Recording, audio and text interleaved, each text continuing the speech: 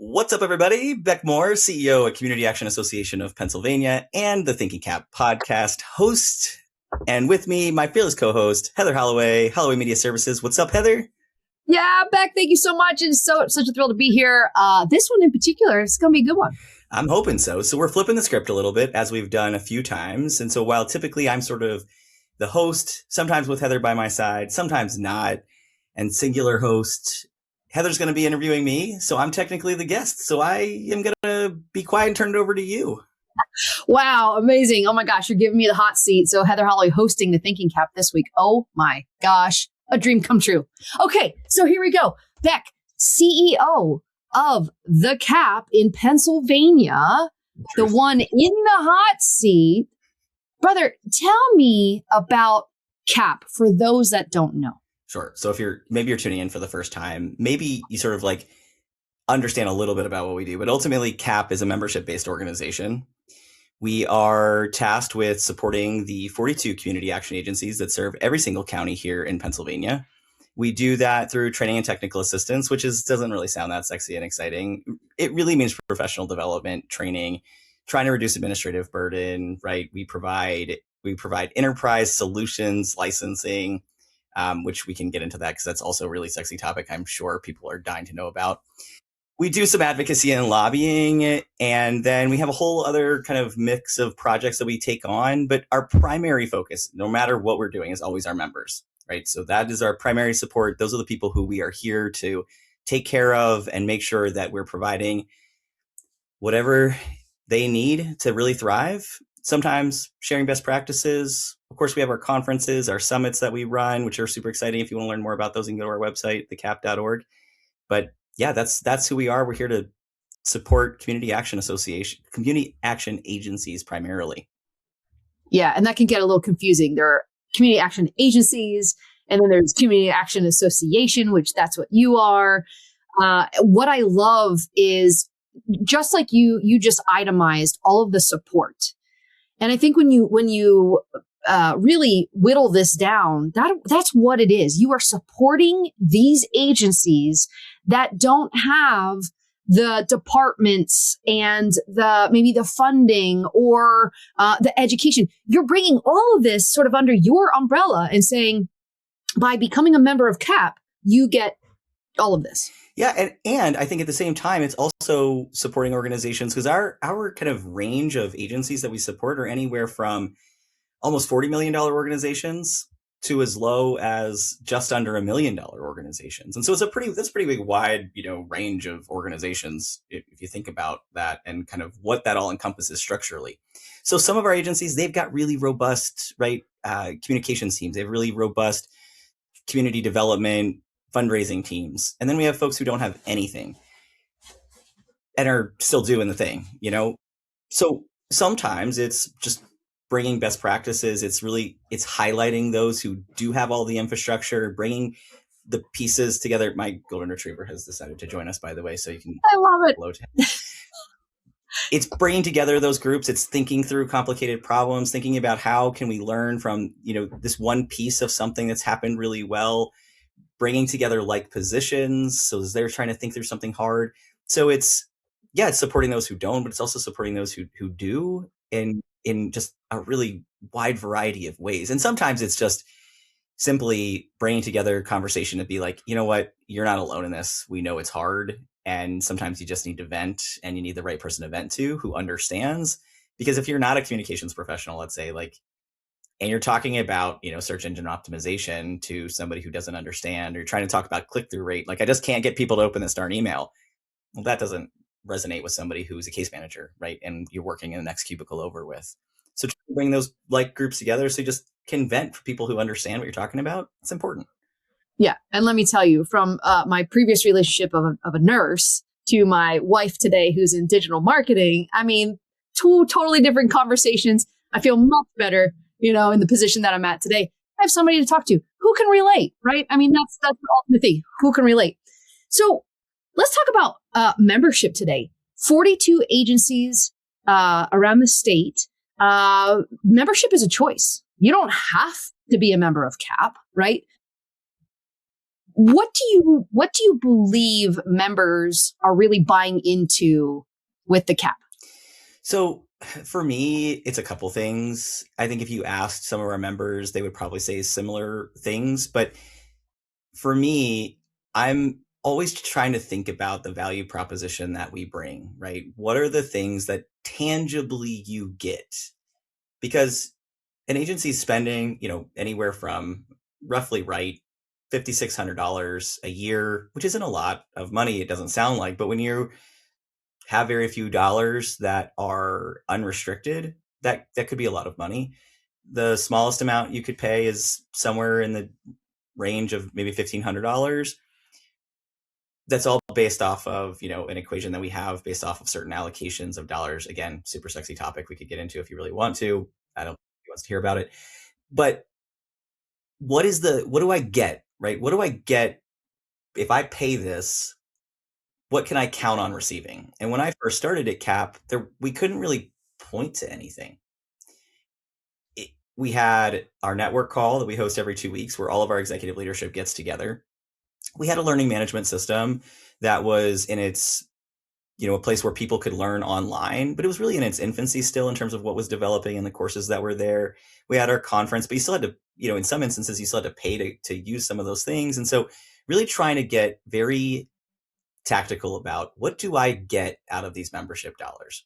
So that's part of it. And I think the other part for me is at the time that I started, not all of our members that are members today were members when I first started. And what I really wanted to try to do was how did we create a sense of community again, where people wanted to come together, they could learn from each other when they're all together, when we're the host of that space. How did we make them feel seen, valued, and appreciated and understood, like they weren't alone, like they could rely on their counterparts, right? How could we bring them together, find like opportunity? And then I think the last thing is feeling like, sure, we may be very, very different in our approach of how we approach and tackle poverty in local community, but creating a unified voice in some sense, right? That we were all working together to make sure that these things were happening, right? And that people felt that.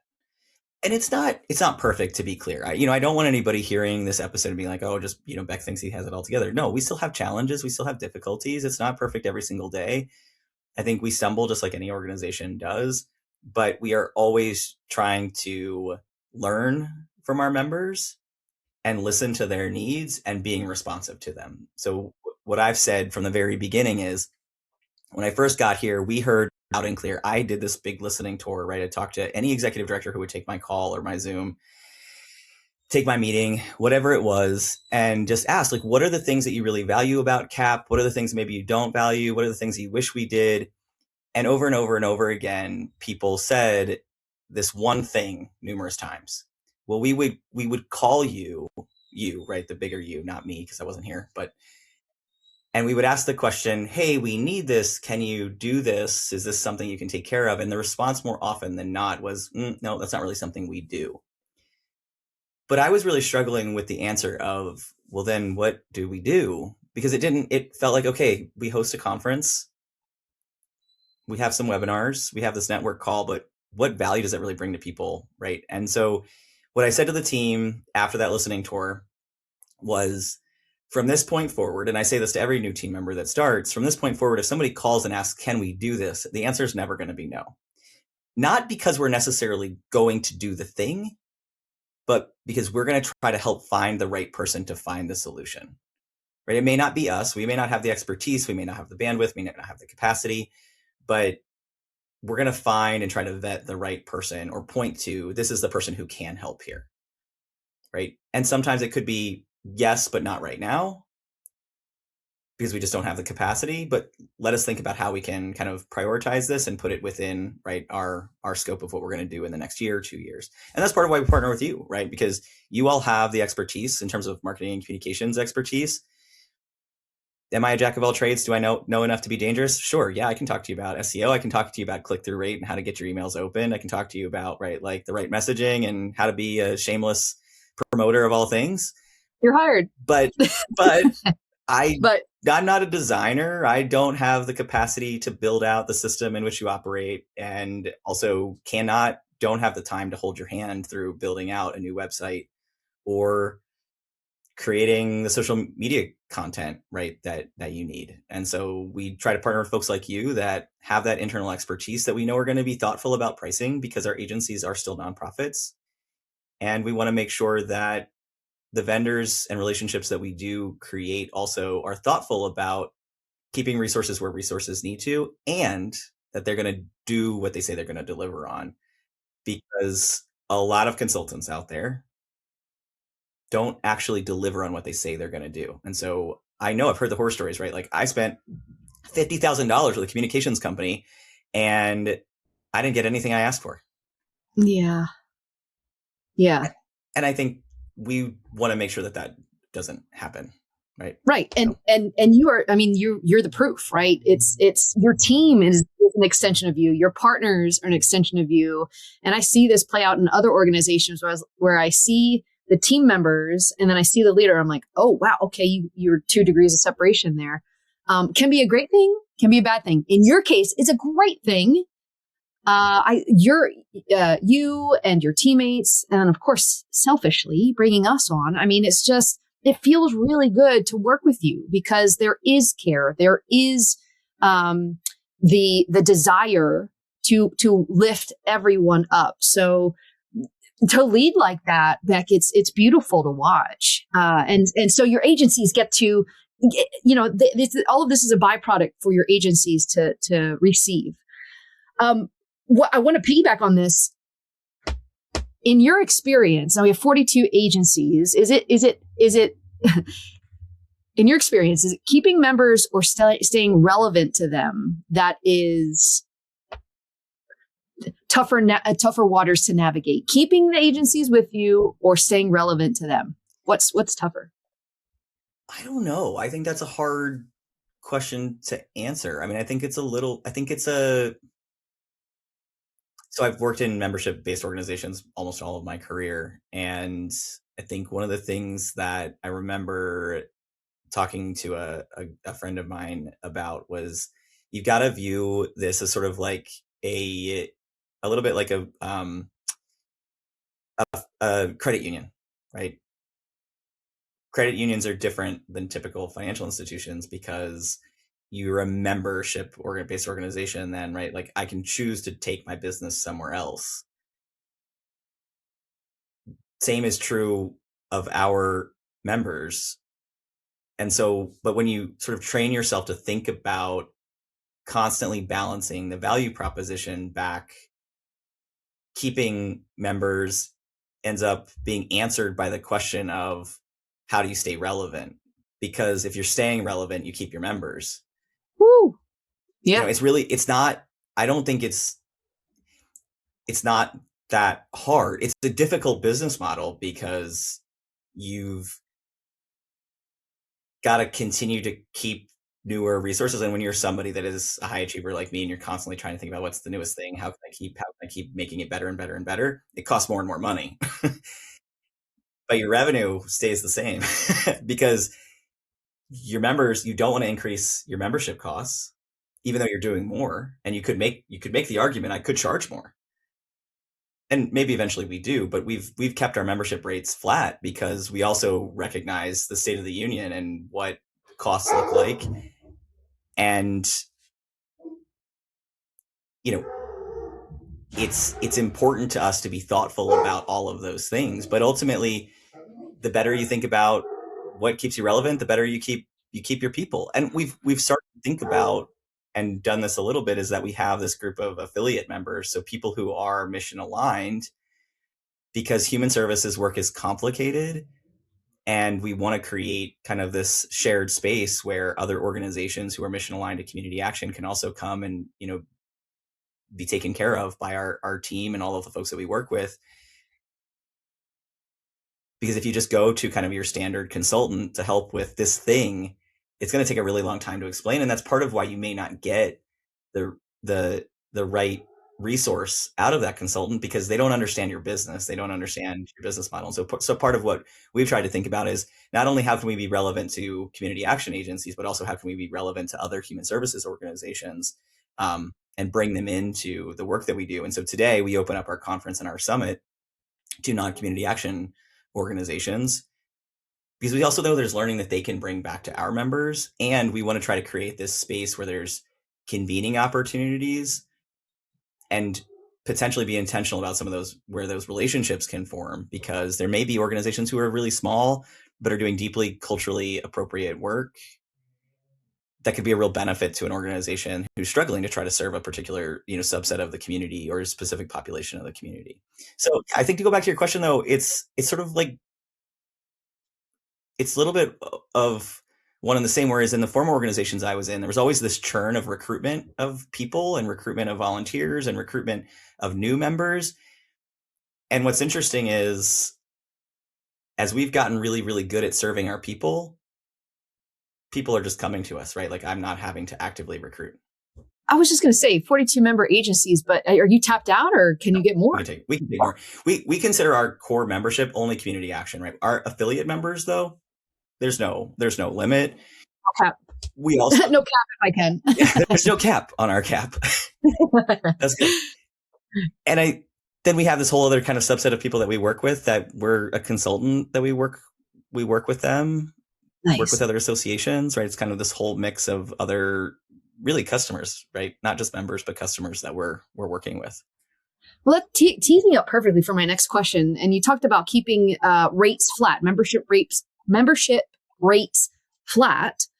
So how then do you diversify the portfolio? Yeah, it's complicated. It's complicated because when I first started at CAAP, we were just a little bit over $1 million operating budget.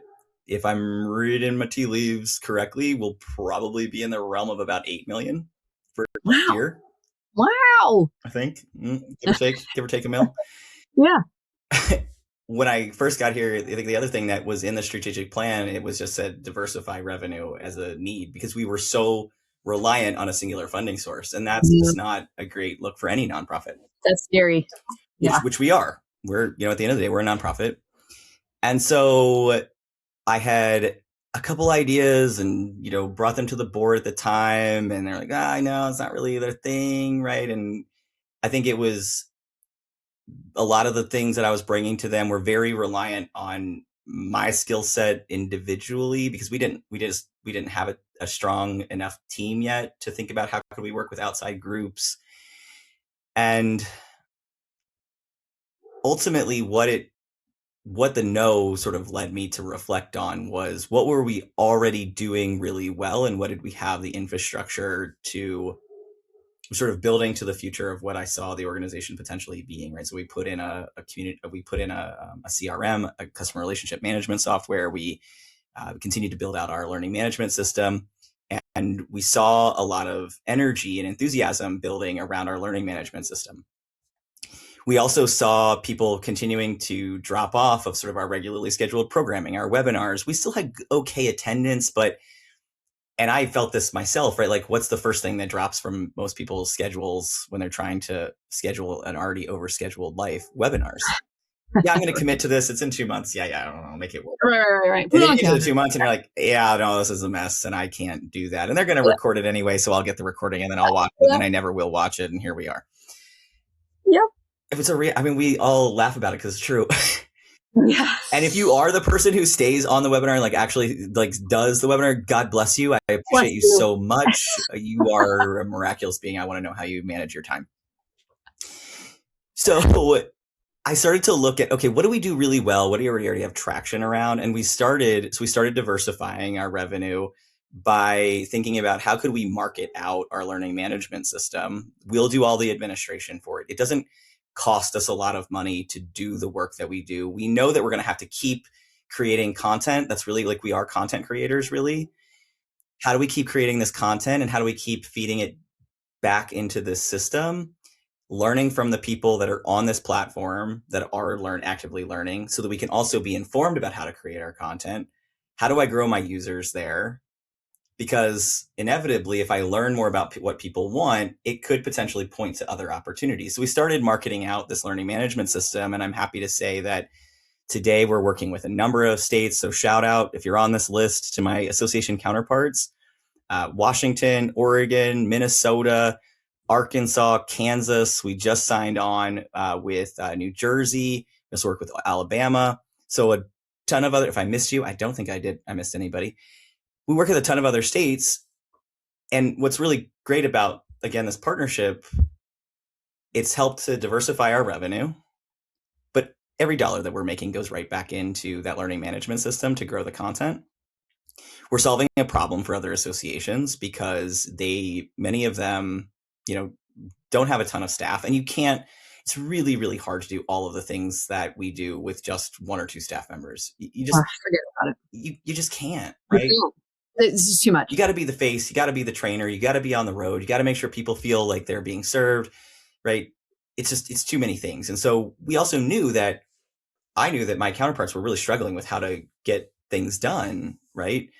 And so it also solved a problem, which is fantastic. And so that started us to think about, okay, now that we've done that, so basically, like, we take all of our content that's on our learning management system that we call CAAP Learn in Pennsylvania. We white label it over. We can, individualize it a little bit. We can, create other content specifically for you. And then as we continue to grow our content, your content continues to grow because we're continually white labeling over it. And we also believe deeply in continuous improvement. And so that means every single day, every single month, we have somebody who's behind the scenes learning about what worked well in that learning and what needed to change. And so it's also continually improving. And so some of the courses that have gotten a theme. A lot of the trainings that are there, the one that people have just been chomping at the bit about, I think recently, is our home visitor safety course. It's not a lot of trainings out there around, right? How do you need to prepare before you walk into someone's home? How do you keep yourself safe? What do you need to be watchful for, thoughtful about? Because that's things, I don't know about you, but to think about just walking into somebody's house that you have to go and visit and hold accountable to something that they have to be held accountable to, pretty anxiety driving. I feel that when I go to visit my family, so I can't imagine you're a stranger. No that is incredible content. Yeah, absolutely. Yeah. And so that's a course that we know that a lot of people have really reacted well to and have really enjoyed. And then there are other things that are on there too, about, like sexual harassment training, things that everybody's got to sit through at least once a year, or maybe every other year.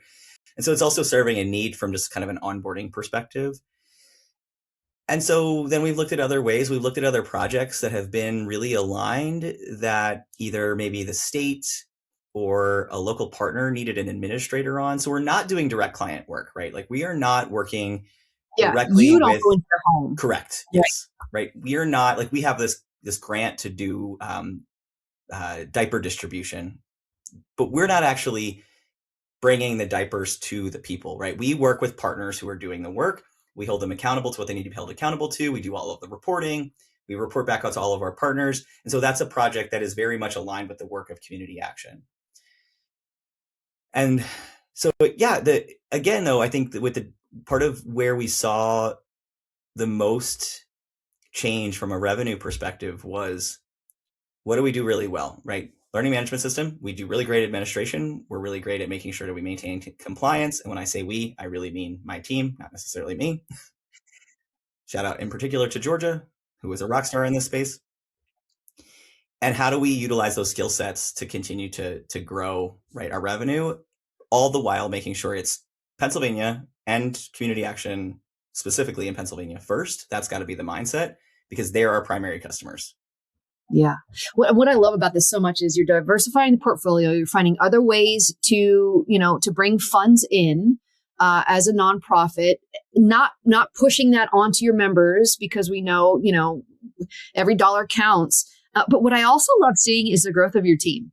So it's almost like I hear you like, oh, we're bringing that person on or bringing that person on. So tell me about the expansion of the team. Where was it when you started and where we are today? I think we had five. I think we had five when I first started. Right now we have 12 full-time people, I believe. Yes. We have one part-time person. we're about to hire 12 more people.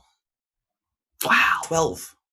Wow. That's bananas. I keep saying that out loud and I just can't even wrap my brain around it. And some of our projects and things that we do are, it'd be like a year-long project or a 2-year-long project. And so some of those staff end up being temporary roles for a little while. But part of what I say to anybody is that we really want to make sure that when we find talent, we're going to keep it and try to continue to source projects that we can keep those really talented folks. Because and I just had this conversation with somebody a little while ago. We were doing final interviews for a position. Is that if you really want to stick to, if you're kind of the person who's like, I love my job description and I love reflecting on my job description and I want to do the things that are in my job description and I want to stick to those things and that's all I want to do, this is not the place for you to work. I don't operate that way. I never have. I never will. Many hats. Nope. If you love thinking about, right, like, and project managing things out, and you like to work with project teams who are really diverse in skill set, that is the way that we look at everything we do. So you may have the job description of, right, I don't know, operations associate or, director of community engagement or, I don't know, COO, whatever your title is, executive assistant, frankly. If you have this really strong skill set in this thing, you're going to be involved in other things. That's just the way that this works. So as we think about those new projects and hiring more people, I'm also trying to think about, like, if this project comes on board or if we look to this project, or even it could even be through the lens of now we have somebody who's really excellent at this thing. We're going to potentially look for a project that helps to continue to keep that person long after, right, the 1.5-year project comes to a conclusion. That's awesome. That's awesome. And that, I think this is what I most adore about Community Action Association of Pennsylvania, of you, Beck, of everyone there, is you really care.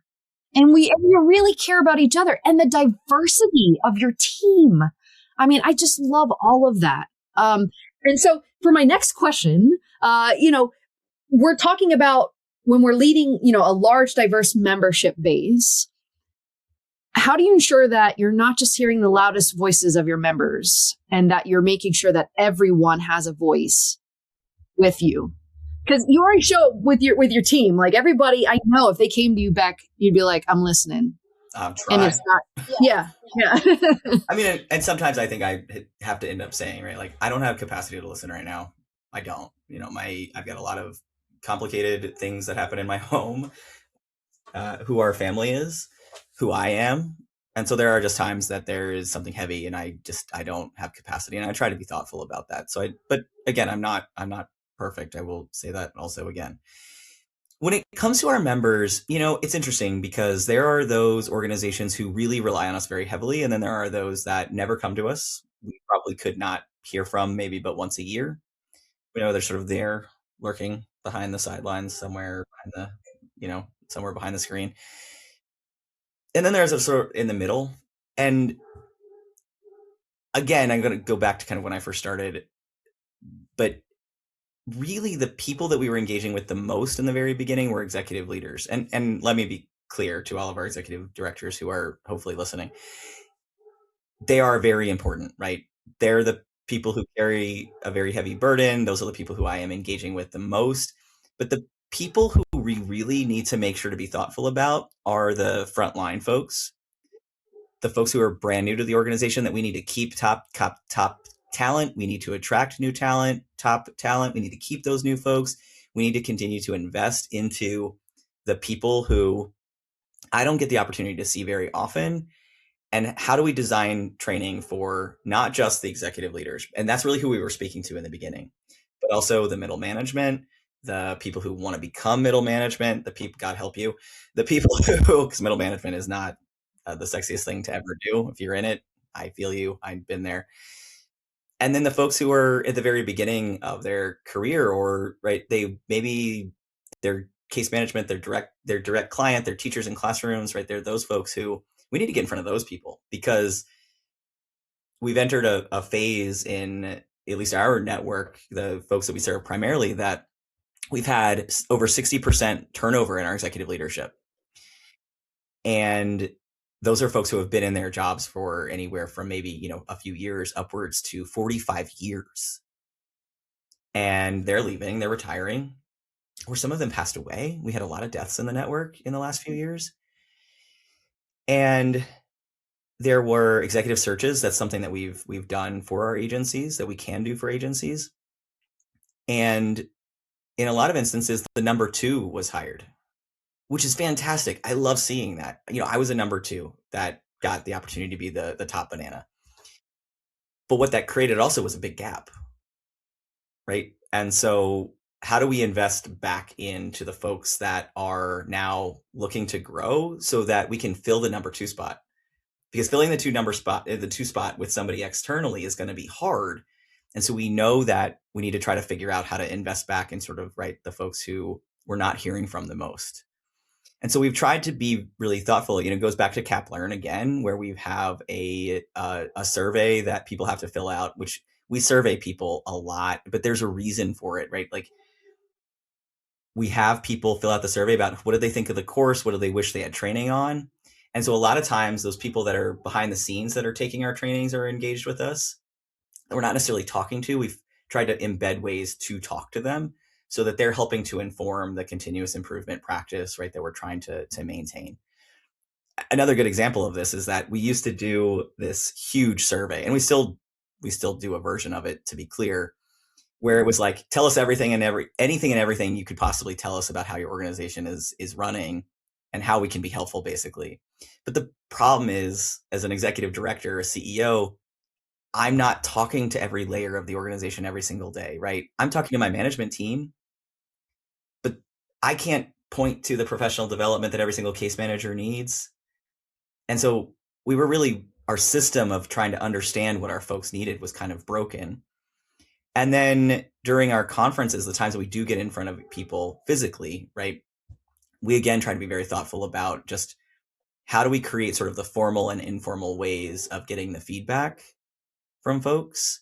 And if we're not hearing from people, the other thing that we've built into our system is being able to look at least once a year and who is our most engaged and who are our least engaged. And then how do we think about reaching out to those folks who are the least engaged? And even if it's just a simple, right, like maybe the executive director is the only person who we really get the opportunity to talk to, making sure to get in touch with that person and just be like, hey, how you doing? Everything cool? We haven't heard from you in a while. Is there anything we can do? Is there anything you're looking for? And, usually there's not necessarily anything, but that's a really, I think, other important part of trying to figure out that kind of balance of the folks who are always calling, right? And then the folks who you're maybe not hearing from. Just trying to get in front of the right people, right? And kind of evaluating, I haven't heard from, Dave in a while. I need to reach out to Dave. Yeah. I love how thoughtful that is. You're not just, you become a AAA member. They're not calling you. No. To see how you're doing. But with having the 42 agencies, you're able to do that. You're able to keep eyes on it. And it sounds like you're keeping track too. So members, listen. We know. Yeah, we know who's engaged. We know who's not. Yeah. We know who's hanging out with us. So, yeah, right. We want to hang out with you. So 2026, we're talking about modern era here. What are some requests that are coming through from your members? I imagine 2 little letters. I imagine AI is popping up all over the place. But besides that, what else are we talking about right now from the members? What are they asking for? Yeah, so AI is something that we had been hearing that for a while. That's why we have our summit in May. I don't know when this episode will be airing, but at this point in time that you're listening, it could be that the summit already happened. But part of what I hope people hear me say in the AI response is that it's not going to be a once and done summit, right? We're going to continue to evaluate and look for, all of the updated sort of trends and how do we bring those back and what's sort of happening. I think that honestly, one of the things that we've been talking about for a while is how do we continue to be responsive to the ever evolving changes in funding? And so where we've really been, and I just had this kind of epiphany yesterday, as a matter of fact, because I was at a nonprofit summit that I had the great opportunity to speak at with 2 of my good buddies, Ellen Min and Hattie McCarter. Shout out to my chosen family. Got to share the stage with them. Is we've been leaning into really kind of the development side, and that's tricky because not everybody has the dollars to invest in a development staff and trying to grow unrestricted revenue, which I still believe in deeply, to be clear. But I had this epiphany that we heard a session on adaptive budgeting and creating a budget that continues to adapt with sort of every day of the year, every moment of change sort of builds in scenarios. And, back about a year and a couple months ago now, we had this moment in human services world where budgeting or money got held, right? We didn't know what was going to happen. And so we had to think about how do we sort of inform, right, scenario-based planning and budgeting. And we had talked about that a little bit. We have not really found a great tool for how to showcase that, or how do you build that into your planning discussions.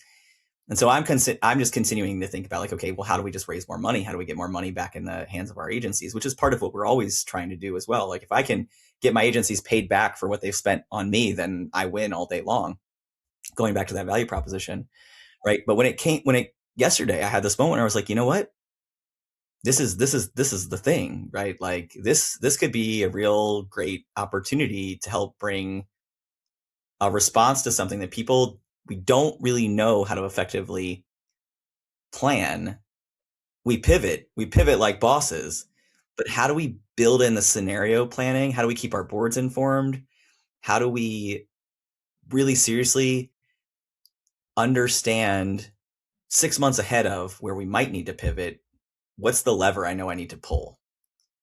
And so I'm excited. I mean, I know it's really super sexy topic, adaptive budgeting. But you heard it here first. It's coming to a community action agency near you in terms of learning. Do yourself a favor, Google it. It's super smart and it really helps to inform a lot of things. So I'm excited to bring some more information about that because I think it solves a lot of things that we've heard. We're tired. We don't know if we can keep pivoting. We don't know how to keep pivoting. We've been pivoting for years and years and years. We know that fiscal is complicated, all the tracking we have to do, right? We have very heavily administered, in deep compliance rules around all of these things. And so I think that's the thing that's going to be outside of AI that I think AI can help with, to be clear. But I think that's part of what we're going to be really looking at in the next few months.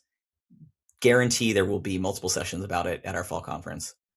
All right, you heard her here first. Get your tickets now. It would be amazing to have a crystal ball, right? And this is almost like that. It kind of sounds like it. Now, listen, I'm in marketing and I'm a professional speaker. I don't know about adaptive budgeting, but it sounds like it's a little bit of a crystal ball. Talking about informing decisions, when it comes to major decisions about programming, membership, or growth. Now, you said that when you started, you were about a 1 mil agency. Now we're up to 8 mil. So you're doing something right, kid.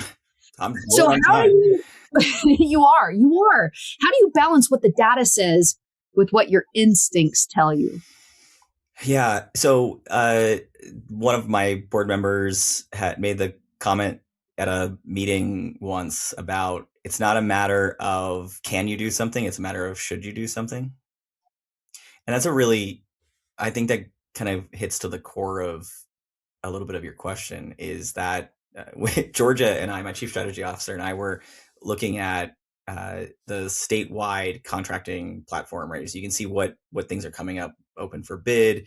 And there was something in there. And I think she probably saw the twinkle in my eye and she's like, Beck, we're not doing that. She already knows. I'm hitting no right now. We're not bidding on it. And I kind of laughed. I was like, no. I was just curious what it was. To be clear, I wasn't like ready to bid on it in that moment. As you're opening up a Word document. Like, start typing over here. I honestly, I think that's really part of it though, is right. Like having a team who, they're willing to go on the journey with you and I've said this before in this podcast, like I am a big idea guy. I love big ideas. I love thinking about strategy and right, like what's the right door? What's the right thing to kind of rattle a little bit? that's going to lead to this and lead to this. But having a team who is going to sort of say, well, Beck, no, like this is, we got to focus on this right now. We got to do this is really, really important, so that,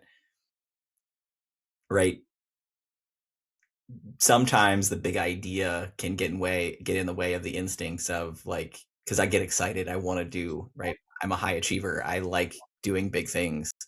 So I think having the team to sort of help balance that out is really super key, and making sure that you listen to them also, because you can have the team, they can be saying, don't do this, and you're like, yeah, I'm doing it anyway. And I've made that mistake before and probably will again at some point, but the air is human, and we're aware. Yeah. We're aware. Yeah. And you have the trust and the confidence from your team to push back a little bit. I know, in our agency, we're going through that. We're experiencing growth. Thank you so much. And so there had to come a balance in a time where I was like, hey, we have projects that we want to do and we want to get across the finish line, but they'll be there. Let's make sure that we service our clients to the highest and best and then come back. So we literally just went through the same thing. I'm the visionary too. My head is in the clouds, but then thank goodness Amy's there to keep my feet on the ground. So I feel you on that one. And I think sometimes though, also it's like it's the things that I will say that I will say, no, we're doing it anyway. It's in times that there's been maybe some resistance.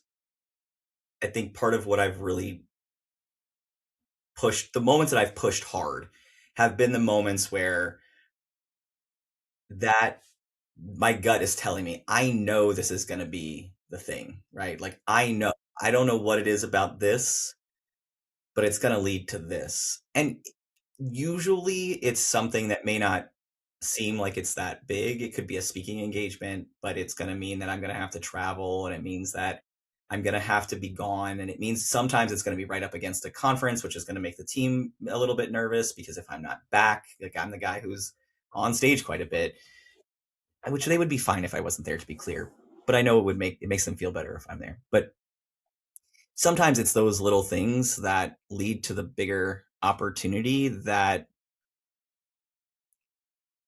I don't know what it is. I don't know what the thing is. It's like, you have to be sometimes a little bit of an entrepreneurial mindset when you run an association.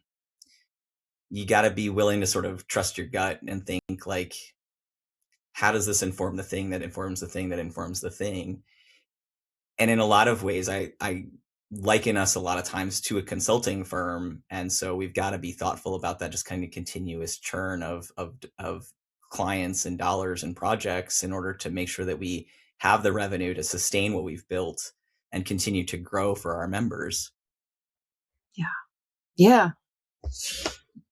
So much weighing on your mind, my friend. So much weighing on your mind. Always. It's like, it's not evil genius. It's just, I don't know. It's like, how do you build like this little empire? It's a lot of fun. Speaking about building an empire. Okay. So CAAP, how long has CAAP been around? So we celebrated our 50th anniversary last year. So we're 51 years young. 51 years young. As of June. Now, community action over 60, right? Yeah. Yes. Many of our agencies are celebrating their 60th this year, but I think it was the 60th sort of started about 2 years ago, if I'm not mistaken. And you've been at the helm for how long? 4 years and 3 months and like 2 days.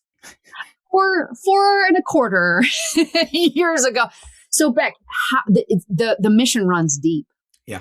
The mission of CAAP runs deep. So how do you honor what's been built while still giving yourself permission to reinvent what's no longer working? Oh, yeah. I think it goes again back to kind of that idea of what is mission aligned in terms of projects. So, for instance, I think there's a contract that we have doing some disaster case management work alongside of a few of our agencies in the north central part of Pennsylvania. And community action is often there during a disaster. We may not be called out in name. You may not know they're even working with a community action agency, but our agencies are already at the, in a lot of instances, already doing a lot of work with disasters. And so there was some kind of a group of individuals who had not been really completely supported, had not had their needs met after a hurricane in that part of the state where there was a lot of flooding. And at one point, I had been talking with the Department of Human Services about 2 years prior to this about how CAAP could potentially be involved, and could we be a support system on a statewide basis? Was that be something that we could do? And at the time I said no. I was like, you know what? We're not going to continue to pursue this because we just don't have the infrastructure is not right. The capacity is not right. I don't have the right team in place. And so we're not at a point where we can take any more of this on. And so kind of backed out. And then when this smaller opportunity came up to support these individuals, I was like, okay, well, now is the time to see whether or not this is something really we could be doing. And so in this particular instance, we are an administrator to make sure that people are getting the services that they need, making sure that, right, the agencies who are doing the work are getting paid for their time to support those individuals. And I think that that project is really kind of a good reflection of what we, again, going back to kind of this idea of what we do really well and what our agencies do really well. I don't, we're not equipped to support individuals needing help, right? But we are equipped to make sure the agency can be responsive, and then they are making sure to be compliant, hold them accountable if there is an issue there, right? And then make sure that they, right, get paid for the work that they're doing. And that may sound a little silly, but here's the thing to also note about this is that it's also a solution to the state, because while we are a commonwealth, right, contracting with all of these individual agencies who are doing that work increases their burden, which increases their costs as a state. And I can do it for cheaper than them just hiring, a whole bunch of people to do the work. So I think the other thing is going back to kind of this idea of what do we do well and where we can offset costs. My hope is that CAAP becomes a really critical part of state infrastructure so that it takes burden off the state, and we're where we need to be, and often where we already are in community action. And what that really does for our members then, kind of take this conversation back, the whole way around, it highlights who our organizations are, who were already there, right? But maybe not thought of because they were too busy doing the work, and so they couldn't tell the story. Yeah. You don't even know they exist. And so through this work and through these contracts that we're continuing to find and think about, right, if it continues to elevate the community action brand all along the way, we do our job. Yeah. And do you, and with this, this hope that you just mentioned, with what's happening nationally, and, healthcare is a hot topic. By seeing this dream play out, does that offset what happens federally? Do we have more than support, because of the state, that we can help our folks out? And I mean, if we can, here's the thing, right? I think we've talked about on the podcast a couple times, the PA Navigate project is that when healthcare and nonprofit work together, it helps to ultimately reduce the cost of healthcare and gets people the help that they need in things that healthcare alone cannot solve. If we can continue to think about, right, and somehow track that, and what that requires, to be clear, is also data sharing on the healthcare side to be able to give us back what their cost savings have been in some way. And if they're tracking the health outcomes of those individuals, also making sure to tell us, right, did they see a reduction in this, or did they see a reduction in that? We need that back and forth.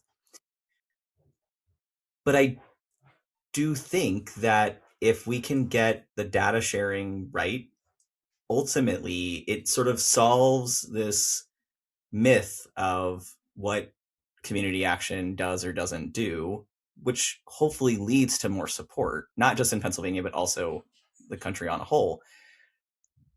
Because our job ultimately, yes, it is to connect people to welfare systems, right, and get them the right resources, but to grow their household income to be self-sufficient, economically mobile, so that they're not reliant on those systems. That takes time. That doesn't happen in a year. Right? When I think about the time that it took me from being homeless to becoming an executive, there's a long runway there. There's a lot of things that had to happen. And I didn't have a community action agency to help me, right? But that work, when that happens, it grows local economy. We've talked about before, Heather, right? It grows local economy, it grows county economy, it grows statewide economy, it gives back to local community, and it ultimately helps to reduce other costs like healthcare. Yeah. Yeah. Oh, that's the dream. I'm going to keep dreaming. I'm going to keep holding that vision. Me too. All right. I have like 3 more for you. Sure. Are you in? Yeah, are you in for it? Yeah, let's do it.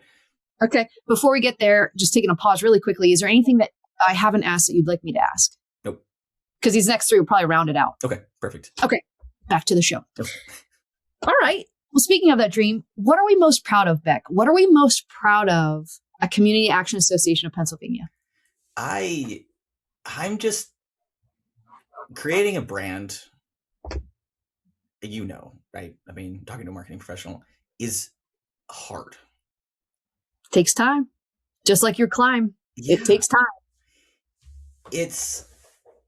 And when you have 42 agencies who are all branded differently and all called something different and are some nonprofit and some in public government, county government, as I've talked about before, so our members are, regardless of being around for 60 plus years, it was really initially very hard for me to wrap my head around the story about around the idea of how do you tell the story about community action. And what's been really phenomenal is as we've grown from a trust perspective with our members, as we've grown our resources that we provide to our members, as we strengthened who we are as an organization, we've really, I think, become a brand that people look to and seek out. Some of our opportunities that we have in front of us are because funders have said, like, hey, we know that you can do this because we've seen you do it. Would you be willing to think about doing this? That is a huge testament to the team that we've created, the trust that we've created, what we've showcased back to, right, our partners. We've been invited to be thought leaders of a number of different projects and been invited to a lot of discussions, tables to help inform other things. And that's spoken at NASA. I spoke at NASA, which was wild. And that's, as somebody who really didn't think they were ever going to be anything, to be able to reflect back that I can and have is huge. And I was with an organization, a large nationally recognized organization, for a long time. It's how I started my career. If you add up all of the different organizations that are part of this national federated model, was there for roughly 15 years in total, all over the country. And when I left the last 2, I was really struggling with like what I was going to do next, and thinking to myself, like, I don't really know if I can, is this me? Is this the team? Right? Like, is this just happenstance that I found myself in these situations? Like, did I really do this? Am I capable of growing a team? Am I capable of growing an organization? I want to believe that it's me and the people together, but I just don't I don't know. Right. Like, and so I left one of those organizations and I went to another one. And I showed that I could do it in another organization. And then I got here and I'm like, okay, like this is a big leap. Like, I've been at this organization for 15 years and now I'm going to do something completely new. It's still nonprofit. It's still membership-based organization, but I don't know anything about, I know about this much about human services at the time. Right. And so I'm also just really proud of being able to show to myself that I've grown an organization in a way that some people spend their entire career trying to grow. And so to be able to reflect and see what we've created from a trust perspective and a community awareness perspective, and really, I think, created a brand. We rebranded, right? People look forward to the events that we have. That feels good. And to have a team that I really trust and believe in, that's also just cherry on the top. Yes. Yeah. and to be I able mean, to see them doing things that I don't need to be the person on the stage, like I know this person can go and do it. And that is going to lead to other opportunities too. It doesn't have to be me being the sales guy, right? Like everybody's doing that churn now. yeah. Yeah. Your team, one of the best. Yeah. It's really fun to work with them. Yeah. Yeah. I Like love that. Mel's in Oklahoma right now, like rocking the stage at a conference with a contract that we developed. Yeah. I mean, it's just right. People are doing the thing. Yeah. Yeah. Well done, friend. Well done. Thank you. All right. 2 questions. Here we go. Let's talk about the future. So this is the epic. If you looked ahead 3 to 5 years, but what do you think? Let me see. Where do you think we're going to be at in the next 3 to 5 years with CAAP? I think our agencies, unfortunately are going to continue to be really challenged with how to be the most responsive they can be in an environment that is just continuing to change. The choices that are being made from a legislative perspective are going to impact our community. And that's not a political statement. That's just a reality, right? Any change creates other change. Butterfly effect, right? There's going to continue to be different types of resources shifted to other things. And so I think it's going to continue to be hard work. And that's never going to change, frankly. But I do think that it's also going to be more complicated to create the solve. It's, if you look at housing, for instance, right? Like, and now, thank goodness, right, the Housing Action Plan is created and the state is really evaluating how to put funds into housing, but things are more expensive. It's more complicated to try to get somebody housed, right? The economics are more difficult because things are more expensive. Like that is just going to continue to be really difficult. But what gives me hope about that is that community action in particular is incredibly innovative, and I know will continue to lead the charge. You may not hear about the thing, but follow your local agency on social media, follow us on social media, right? Because we're going to continue to really highlight those innovations, because these organizations know how to create solutions like nobody else. And while I know they're going to continue to be exhausted executive leaders and people out in the field doing the work, I know that they're going to continue to do it and do it well. And we'll be along their side to help them. That's it. Walking each other home. Yeah. All right. Last question, friend. Here it is for all the cookies in the jar. What is the promise that CAAP makes to their members? That you can be vulnerable and share what you are struggling with, and we will be there to support you, to tell your story, help you get help. And I think also be there to celebrate the really great things together, right? Like I think somebody said to me, and I joked about this on another podcast at some point, is that when you come to community action, it's a family. And I was like, well, okay, I'm sure it is. But it really, really is. And I've said this a couple of times. We take care of each other. We don't always get along. That's okay, right? Family doesn't always get along. Wouldn't be called family if we did. But we take care of each other. And I think that is really what our commitment is. Like we're going to help take care of you, and we're going to introduce you to the really great people. We're going to tell you the people to stay away from, to try to protect you. And we're going to lift you up when you need lifted up. We're going to celebrate and be there together. Yeah. Bottom line, it's an association that you want to belong to because you belong. Heck yeah. Everybody. Yeah. Yeah. And if you're an association leader out there and you're looking for support, or you're just sort of not sure where to turn, please pick up the phone, email me, beck@thecaap.org, the CAAP.org. Happy to be there to help. We've supported other associations through the implementation of CRMs that didn't have any of that infrastructure. happy to, literally hold your hand and contract with you to do it right at a reasonable rate, or just simply say like, hey, these are the questions you need to make sure to ask and be thoughtful about, because, the one thing that we have to consider to continue to think about in terms of how to, regardless of your community action association or your, hospital association or your, the cemetery association, I don't care there's more associations that you can shake a stick at. But we have to think about how to build for the future of what our members need and build the infrastructure to support their futures, not just the now. And that's a heavy lift when you really don't have infrastructure to begin with. And that's part of what I was kind of met with here is we just didn't have that. Like I was Googling how to get in contact, like who is Wendy Melius, the executive director of, right? What's her email address? Because it was in like 10 Excel docs that I couldn't access because my SharePoint wouldn't work the right way. Right. That's the world that folks are living in, or they're budgeting an Excel doc and they're like, I don't know how to do this. So I would just say, if you're out there listening, you need help, please know that we're happy to assist, happy to connect you to smarter minds than mine. But, we have a rockstar team that is here to help and support in whatever way, shape, form that folks need. There you have it. Community Action Association of Pennsylvania has been around for 50 some years, will be around for the next 50.